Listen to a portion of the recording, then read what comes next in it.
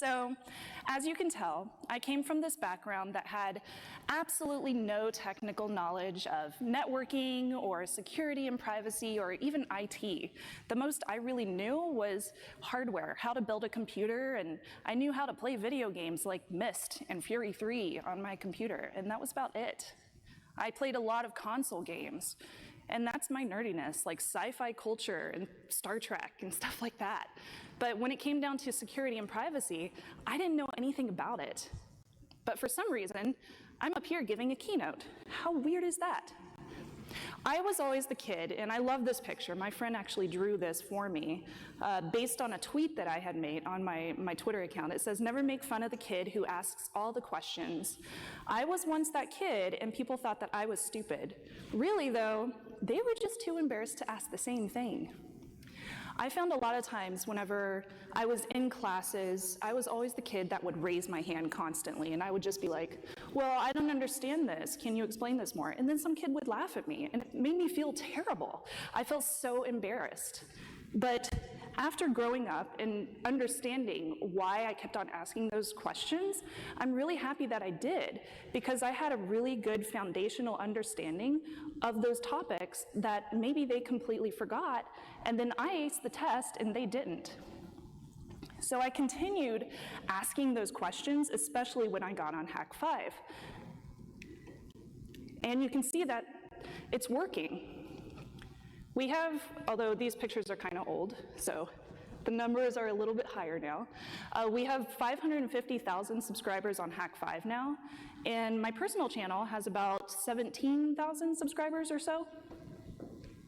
So while the Shannon Morse channel is somewhat small, at 17,000, it's definitely a far difference from Hack 5 at 550,000. That's huge. The reason I mentioned my personal channel is because I've grown that an additional 4,000 since May. So I've had 4,000 more people subscribe in 3 months. That's pretty big. That's a great platform to start off with, especially if you're starting kind of late in the game for your own personal self after working with a company for 10 years.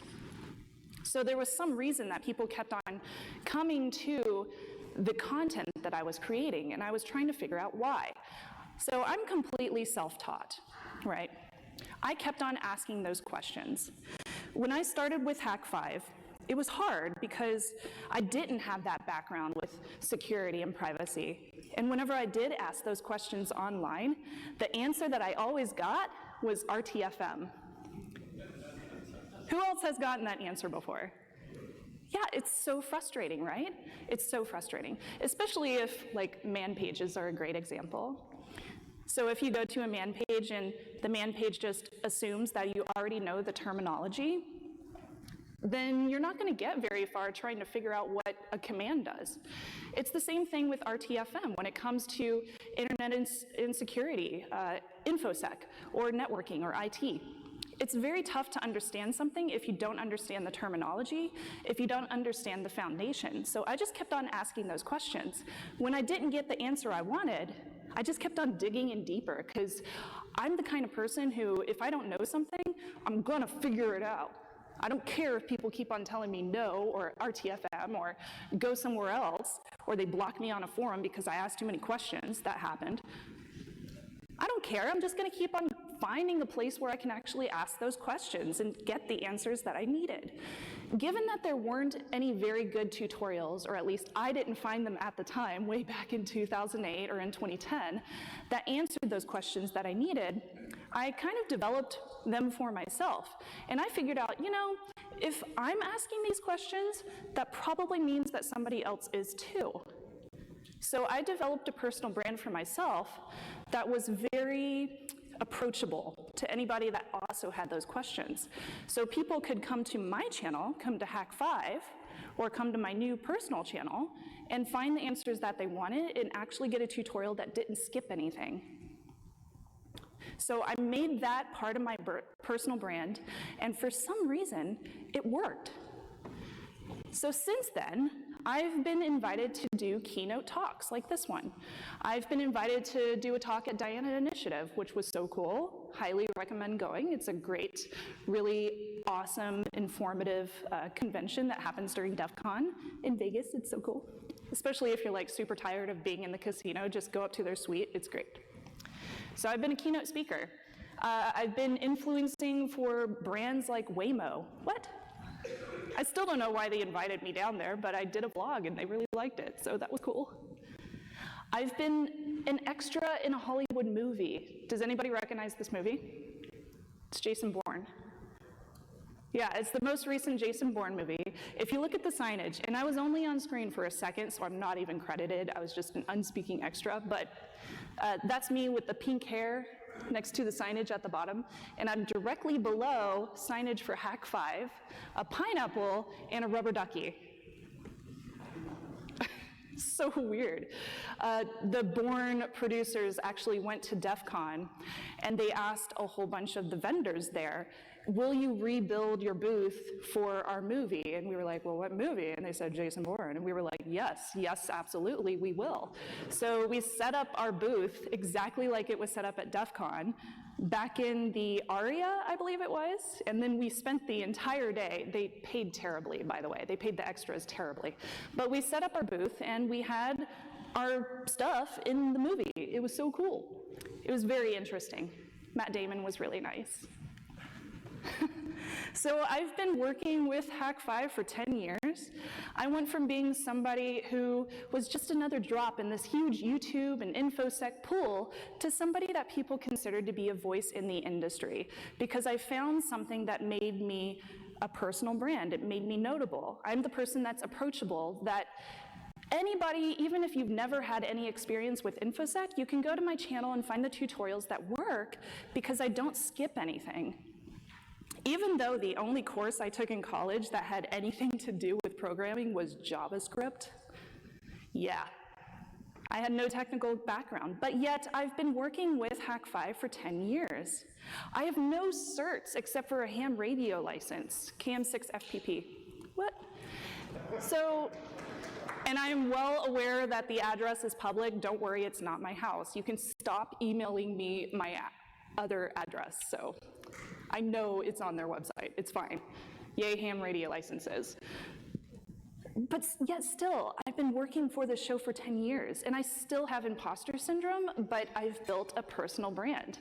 I was able to develop this personal brand that enables me to get the jobs that I want, to turn down any of the ones that I really don't want, and to stand up for people in our community that are underrepresented, especially in the industry. So I realized that I have this personal brand a few years ago, so I was somewhat late to the game, and it's something that I developed kind of late into my career, but it's also something that I feel like I fully understand now.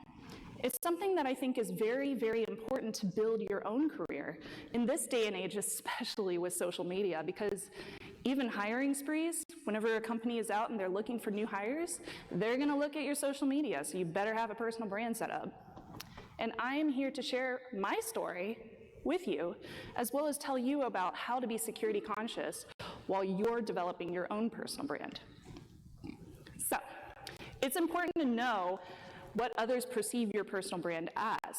Because of course, knowing what your own personal brand is, that's very important, but what if others don't perceive your personal brand as the same thing? So I went on Twitter, and I said, okay, well, what do you think my personal brand is? And of course, I stuck a little animated GIF on there, or GIF, sorry. I stuck an animated graphic on there so that it would get more algorithm favoritism on Twitter, because that's the way that Twitter works, yay graphics. And I just asked people, what do you think my personal brand is? So these were some of the answers that I got. Anti-gatekeeper from my point of view. I like that answer, that's cool. Anti-gatekeeper, that's very approachable, right? Making a safer future. It's hard to see, but there's a little trademark sign right next to that. That's cute. I like that too. Smart AF with I'll say very cool hair. So for the folks in the back who are not as familiar, I usually dye my hair purple. It's not purple right now because dyeing it professionally is really expensive. So I've just not done it for like a year, but It's a thing. Purple hair is a part of my brand. I also really like the message at the bottom. This is all from one person. They said, sorry, I know it may not be totally PC, but you're not a brand to me. You are Shannon, at SNUBS, you, not my perceived image of whatever's been put out there. As such, I know my image is incomplete, growing, dynamic, and alive. Much better that way than a brand. I actually really like that answer because it creates authenticity for myself. And I agree with him. You should be authentic. You shouldn't come off as something that's not you, because people will perceive that as fake. So the person at the end who replied to my tweet, when he said that he doesn't perceive me as just something that's been put out there, he's correct, because a part of my personal brand is being authentic, being my actual self. I also like this reply. Somebody just tweeted Trinity, and I was like, I mean, who doesn't like Trinity, right? So if they compare me to Trinity, I must be doing something right. That's awesome. So it's important to understand how people are perceiving you and understand if you are being authentic when you're putting your personal brand out there. So what is my personal brand? So I think of it as being approachable, which makes sense given my history with Hack 5. It's informative, that totally makes sense too. It's passionate. If anyone follows me on Twitter, passionate and vocal kind of go together for me. If you follow me on Twitter, you know that I'm extremely vocal and I'm extremely passionate about things that I care about. So that totally makes sense to me. I'm authentic. I'm somebody that tries to come to you when I'm introducing myself and when I'm getting to know you as who I actually am. I don't put myself in front of a camera on YouTube and try to be something that I'm not, because people will know that you're trying to be fake. So I always try to be authentic. I'm definitely weird, that's a given. And I am really into Sailor Moon and Starbucks. I mean, can you tell? Like, that's just, I told my husband if we ever move from the San Francisco Bay Area where we currently live, we have to live near a Target and a Starbucks, because I will not survive if we don't live near a Target and a Starbucks. Also, Sailor Moon is great. I mean, these are Sailor Moon high heels, and I wear them every single time I give a keynote, and I think of them as like my good luck charm, so yay Sailor Moon. Who likes Sailor Moon? Anybody? Yes. Yes. Come see me after class. I'll give you a sticker. Seriously, I have stickers. They're for my Sailor Moon YouTube channel, because I do have a Sailor Moon YouTube channel. It's my thing. Okay, so what is personal branding? We've answered the question of how I developed my personal brand. It took a long time, but I authentically put myself out there so that people come back and they follow me because they relate. But what is a personal brand? Well, to start off, it is not a first impression. It is very, very different. You can totally fake a first impression. It's, in fact, pretty easy to fake a first impression. I'm married, so I don't really go on first dates anymore, but I've heard about horrifying first or second dates where people just put on this completely different persona. You can fake that. Social engineering. Yay, getting into a place that you're not supposed to be in. That's always fun. That's kind of giving off a first impression of somebody that you're not actually, that you aren't actually, that's not actually you. So you can't really fake a personal brand because you're putting your personal brand out there every single day. It's something that you need to live by. It's something that you need to understand and grasp so that when you put yourself out there, you too are authentic. So my first impression with Hack 5 was kind of terrible.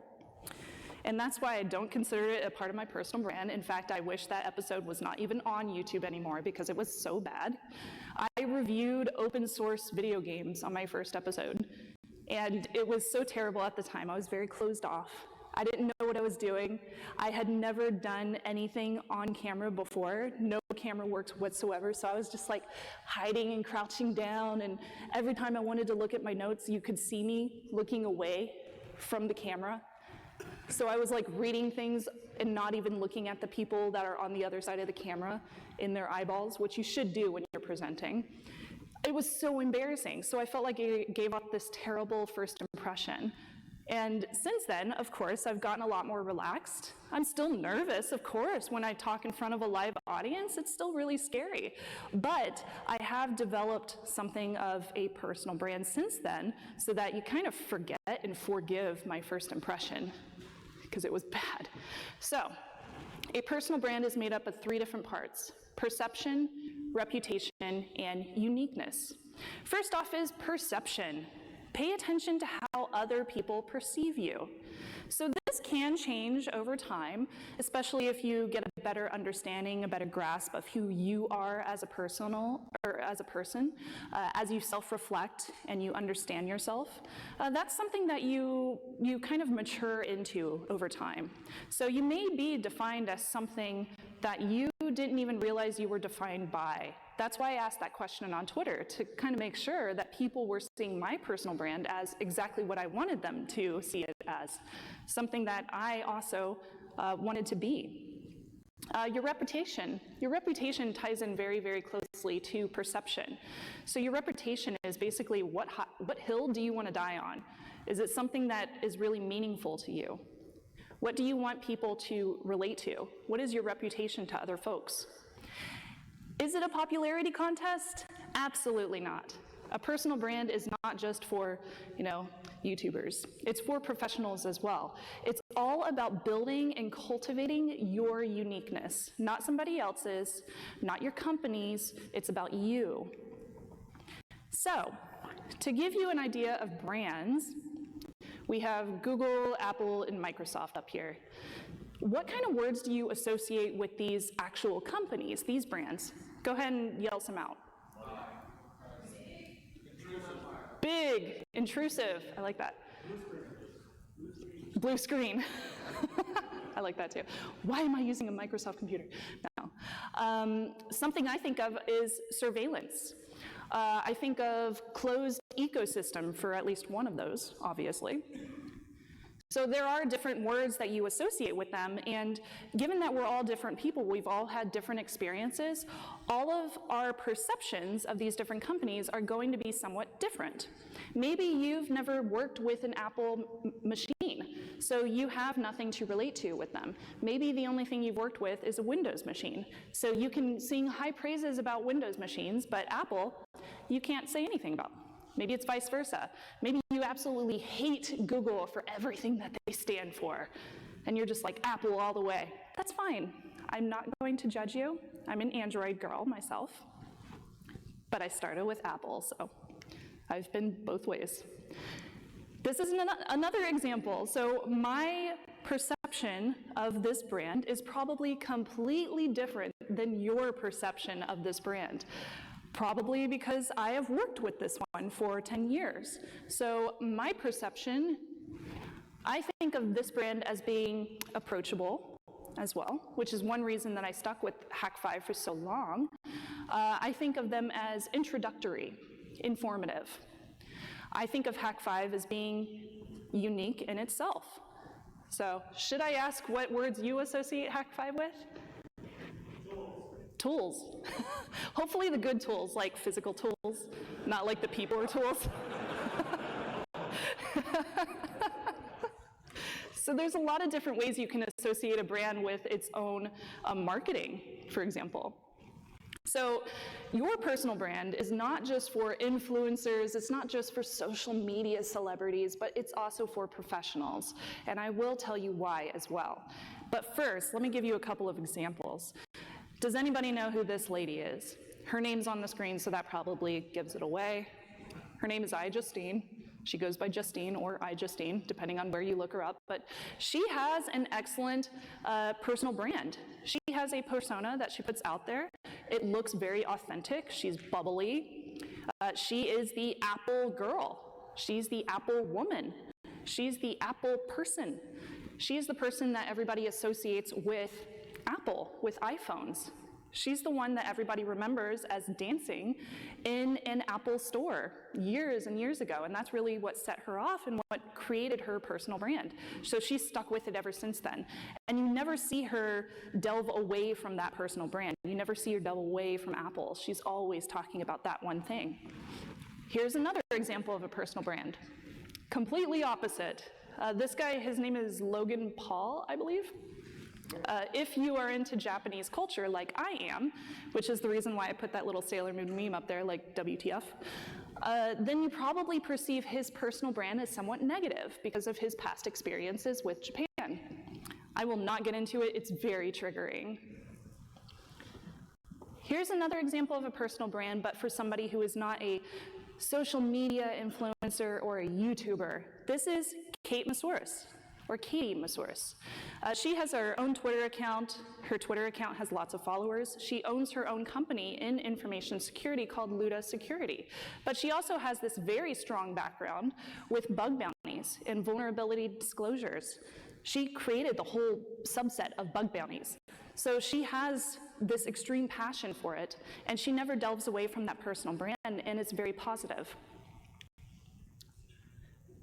Oh yes, it showed up. Good. I was really happy about this one. Bia Scilab, Bia.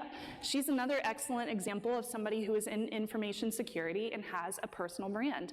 Her personal brand goes into young girls that want to get into hacking, and she follows this through and through. If you look her up online, that's what she talks about all the time, and she is extremely passionate about it, and she is extremely authentic because she lives it every single day. So she's a great example of a personal brand. Another one would be Jason Street. If you listened to him yesterday, you know that he has a personal brand. He's somebody who stands up for folks that are not as represented in the industry, just like I try to do. He's somebody that is a hugger, definitely. Has anybody ever received a weird hug from Jason? Me too. They're great. And they're very consensual too, if anybody's asking. So you should question, why should you care about personal branding? What's the point of it? Well, you can end up being an influencer in your industry, whether that's information security, security and privacy, whether it's restaurant work or hospitality or anime culture, or maybe you just want to work conventions. You want to be like a full-time owner of conventions, which is a thing. You can be an influencer in whatever your industry is. You can end up earning so much more money whenever you are seen as an influencer or you are seen as a leader. So a lot of people are very monetarily driven. I mean, like, who's not? So of course, you want to pay attention to how much money you can bring in if you develop a personal brand behind yourself, behind your goal. You end up having networking skills, and you create these meaningful interactions with people because they come to you as being somebody who is authentic, and they can believe you and they can relate to you. You end up owning your own life. You end up owning your own platform, and you take ownership of yourself. And I will delve into that a little bit further as well. And you end up showcasing your own best self in front of people too, once you have more of that confidence. You understand your own weaknesses and your own strengths when you start looking into it and you start self-reflecting on your own personal brand, and you stand out from the competition and from your peers as somebody who should be seen as a leader. You end up building your tribe, and I put that in quotes because I prefer the term community. You end up building your community of people who will stand up for you. If something happens, they will back you up. If something negative happens, maybe you got fired from your job or somebody's harassing you online, this tribe or this community of people will back you up and they will support you, and they will be the ones that come to you and say, like, hey, my company is hiring, or hey, I know this company is hiring, or hey, that person is having a bad day, just ignore them if you have trolls, which definitely happens. You end up establishing credibility and elevating your own social proof online as well as offline too.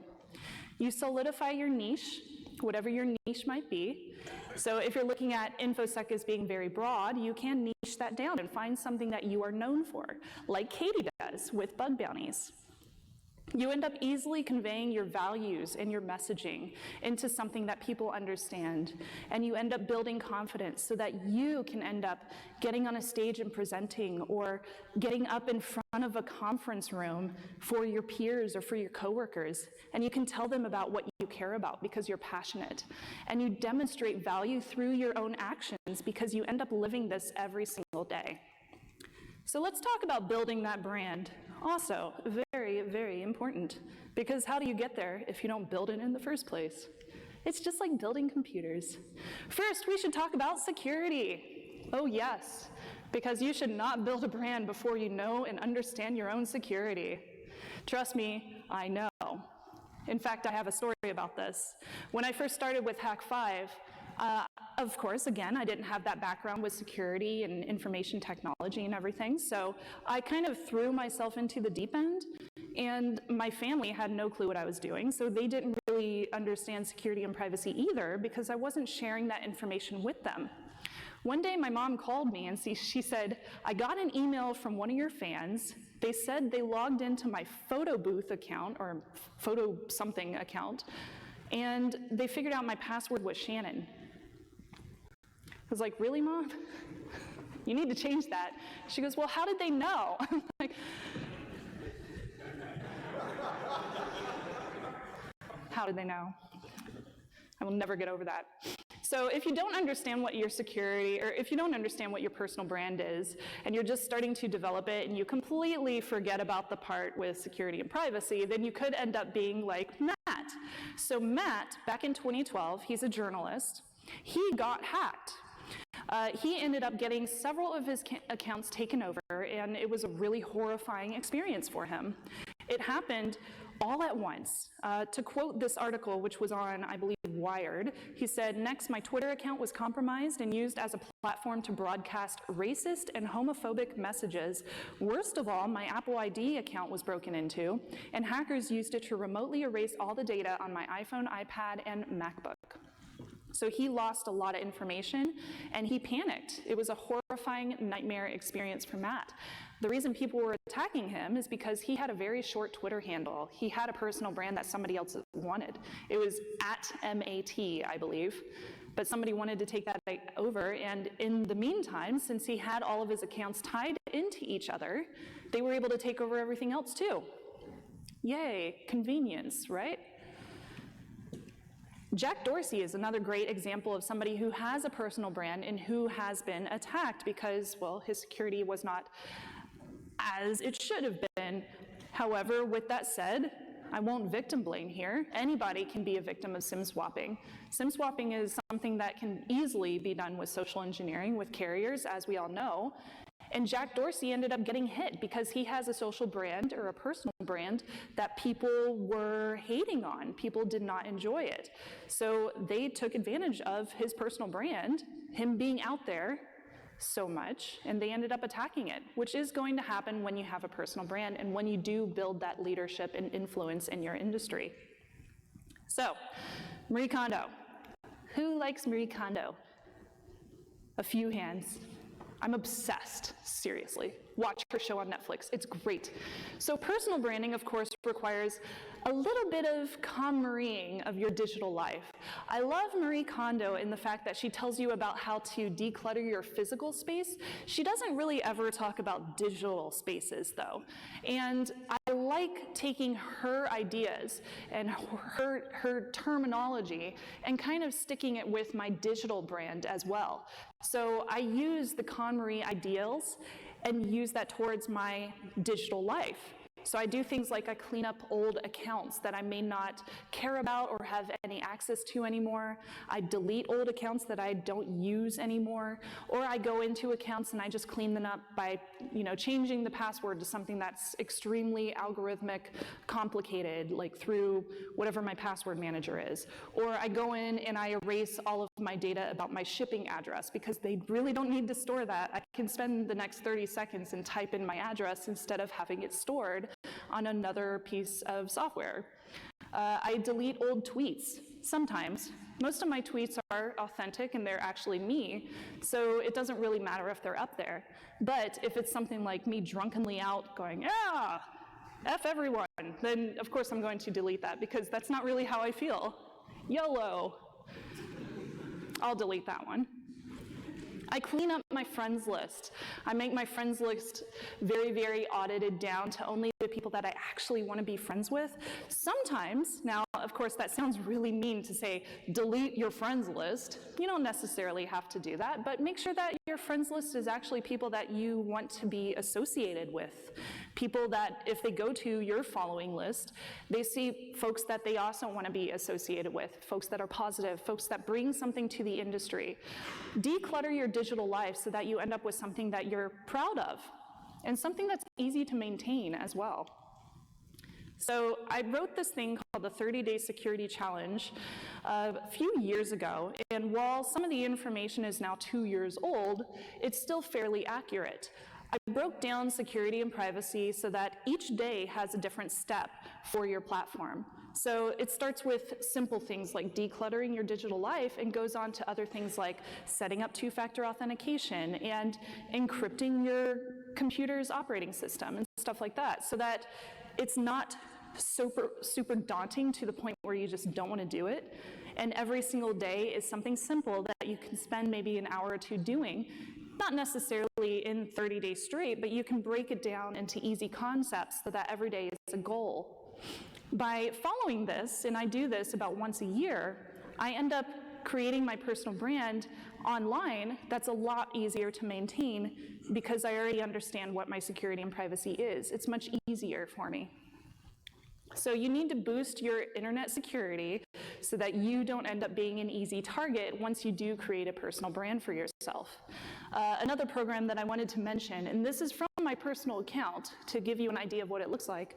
This is a website called joindeleteme.com, and it's a little pricey per year, but once you get yourself out there and you develop a personal brand, it's kind of important to make sure that your information is deleted anywhere that it should not be online.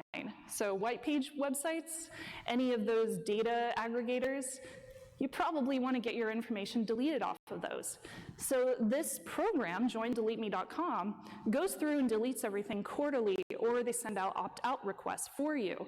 That way you don't have to do it yourself. You can go through all of these websites and do it yourself, but I found it to be a huge time waste. So I signed up for this website, this paid service, to do it for me, and it has saved me so much time. I'm so happy that I signed up for it, so I wanted to mention that. Make sure that you draw some kind of hard line. Choose what you want to share and what you don't want to share. What do you want to keep to yourself? What are you vocal about? So some things that I keep to myself include anything that's medical. I don't really talk about health very much online, especially personal health. I never, ever talk about family drama, because nobody wants to hear that. I also never share anything about personal finances. Now, I will talk about like my shows, YouTube monetization, I talk about that. I'm very open about Patreon platforms to use. I'm very authentic and vocal about fees that are associated with running those kind of things so that people understand where their money is going if they want to contribute or if they watch ads on YouTube, because that affects people.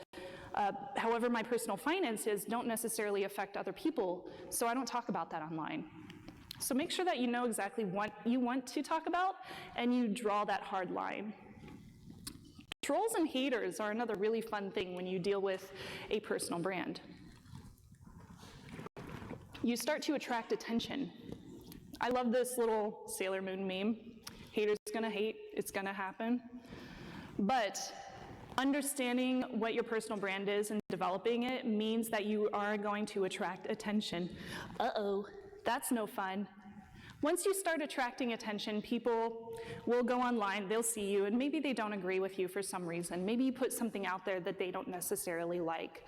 They will likely attack you for it because people really like to hide behind their computers and type on their keyboard and pretend that you are not a person on the other side of that computer. So they will say whatever they want. It happens every single day for me, especially on YouTube. But I know how I deal with those trolls and those haters. Either I ignore it, depending on what it is, I will mute them, or I will just straight up block it, especially if it's sexual harassment or anything that's based on my gender or my identity. I don't tolerate it. I block them immediately. Choose how you want to deal with harassment and stick with it. Make sure that it's something that you live by. Also, don't depend on social media. Social media dependency obviously sounds like us sitting on our phones constantly, checking Twitter, taking Instagram selfies, and that's about it. Hey, hashtag selfie.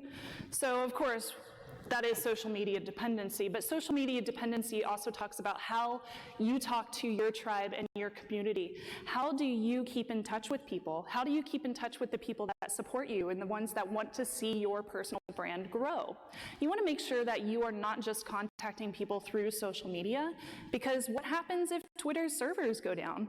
What happens if Facebook gets sued out of existence, which will probably never happen, unfortunately, but what if it did? What if something happened to that social media network where you keep in touch with everybody? You would have no way to contact people after that, and then you would have to start growing your personal brand all over again. And that's not going to be any fun. So make sure that you have a way to contact people if something happened, if something blew up. Email is a great way to stay in touch with people, as well as having their actual contact information. Yay, Signal! So let's talk about personal branding criteria. This girl, her name is Lavender. She makes a YouTube channel as well as an Instagram. She has a personal brand. I share her photo not just because she has a personal brand that is very, very obvious. She has this very lavender aesthetic, which makes sense given her name. All of the time she wears white in all of her images, all of her YouTube videos, and she talks about lifestyle, she talks about positivity and self-reflection. That is her brand, that's her personal brand, and she lives by it. But she also created this video called How to Make a Vision Board in this blog post as well. Now hers focuses on, travel and lifestyle and how you want to create yourself for the next year. It's pretty cute, it's very nice, especially if you like to travel a lot, which I do. But I think that you can use a vision board to also help you develop your personal brand. You can start with asking yourself some questions and create a list, create a Pinterest board if you want to. You can use Wunderlist. You could use a Trello board. I love Trello, it's great. There's a bunch of different ways that you can develop a vision board for yourself of things that matter to you that you want to include in your personal brand. What are your core values? These are questions that you should ask yourself. What are your core strengths, your amassed skill sets, your weaknesses? What do you like, and where would you like to go? Not necessarily where would you like to go on planet Earth, or if you're super optimistic, off of planet Earth. Mars? Is that where Elon Musk is saying he wants to take us to Mars? So not necessarily outer space, but where do you want to go in your own life? What do you want to succeed at in your own life? That can also be included under where would you like to go. Obstacles you have overcome, that's something that you should consider. What are your passions and inspirations? What really drives you to be who you are? What or who makes you happy? That's so important. And also, there's a little thing that popped up on my computer, so I can't see my notes. What do you need in life? What do you want to achieve out of your own life? What will it mean to be successful in the future? Now, I hate the question, what do you want to do in 5 years? Because that just sounds like you're not already doing what you want to do in 5 years. It also makes it sound like you're not already being successful. So I hate when people ask me, what do you want to be doing in 5 years? I'm like, well, I'm already doing what I want to be doing in 5 years, so I'm happy. I'm just going to make it cooler and better in 5 years. What is your personal and professional training and experience? What are things that you can really help develop more to help with that personal brand? What makes you unique compared to your peers? What qualifications make you stand out and be different? How do you help people? What is the thing that you bring to the table that nobody else is bringing? What differentiates you? You don't have to be first. And I feel like nobody is ever first in information security, but you do have to be somewhat unique. You do have to be authentic. Your personal brand is also about other people and how they perceive you. Again, that perception is so important. Now, when I say ask others, You may not want to go on Twitter and ask them, what do you think my personal brand is? Because they may come back with some really cruel things, especially if you don't know them or they don't actually know you. They might just attack you. Yay, targeted harassment. So you may want to start with people who will be honest with you, but you can trust, like your friends or maybe your family. I would probably not ask like my sister what she thinks of me, but I would ask my mom, because she would be honest to me, but she would be really kind about it too. So what do you mean to people? How would somebody defend you or talk about you? Also, what would they say about you if you were not in the room with them? That's how you can really tell what people think of you. How would somebody defend you? What value do you create? How do you earn your place in their life with you? And how do they define who you are as a person? How do they perceive you? All of these are very, very important questions to ask when you're trying to understand how other people perceive your personal brand. Be very self-aware and self-reflect on what they say to you. Now, some of their answers may be, or they may sound critical. They may sound like criticism, but hopefully it's constructive and it's something that you can build upon. You can deepen relationships in this way, and you can take advantage of what they say, and you can craft that narrative to be something that is authentically you. You can craft your own personal brand, and that's exactly what you should be doing. You should be prioritizing the characteristics that they give you and the people who will help you to achieve your goals, and take all of that information and create your vision board of your personal brand. And make sure while you're doing that, you avoid the people and avoid the things that will hold you back. Now, this is an extremely important part. And this is something that I wish I would have known when I first started with Hack 5, because people tried to develop a personal brand for me. I didn't understand what my personal brand was. So if you don't take control and manage your own brand, others will do this for you. And that can be a very scary concept. If you don't take control of your own personal brand, others will do it for you. When I first started on Hack 5, I did not have a personal brand. I was a nobody in InfoSec. People tried to develop a personal brand for me, saying, oh, she's just doing Hack 5 for the dudes. She must be sleeping with her coworker. Those were the kind of answers that people were giving me. They were developing a personal brand as somebody who didn't know what she was talking about on my shows, even though I had researched, and I continue to research every single segment that I've done for thousands of videos since then.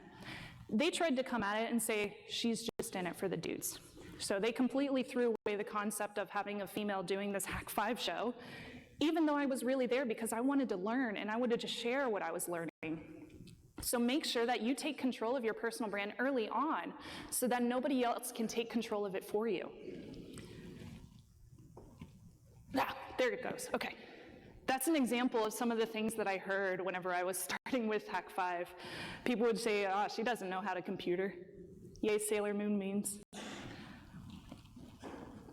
Why are you still loading? So I wanted to give you an example here of some Instagram pages. Instagram influencers are a really great example of how folks can build their personal brand online. There it goes, okay. So these are a couple of examples of Instagram influencers who have developed personal brands for themselves. Travel with Talia and Kim Dow Blog. Both of them, while their personal brands are very visual, these are personal brands. The first one, Travel with Talia, she has these really pretty skirts in all of her pictures, and they're very flowy, and you see her as being somebody who's very energetic, somebody who travels a lot. Kim Dow Blog, she doesn't necessarily travel a lot, but she takes beautiful landscape photos. All of her pictures have this beautiful lavender touch to them, very similar to lavender in a way. She also takes a lot of food photos, so you might think of her as somebody who is a foodie. That's a part of her personal brand. So you can develop your own visuals, like purple hair. Purple is a big part of my brand, hence the background on all of these slides. And you can use that to your advantage. You can put it on your business cards, on your website. Visual cues help people remember you. So having those kind of visual cues, like Instagrammers, for example, can definitely help somebody remember you and call back to you when they're trying to hire you for some future company.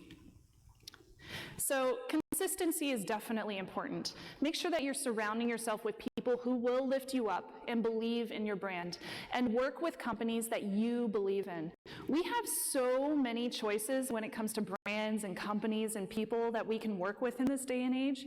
So your interactions, your opinions, your relationships, all of those matter when you're trying to build your career and you're trying to build your personal brand. Make sure that you're telling your story with your life and that you live with it every single day. So you don't get on life and you don't get online and say something that is completely opposite of what you want people to know you as. Make sure that you're constantly authentic. Tell your story with your life and with your experiences, because those are always authentic, and live by those experiences. Live with your own brand.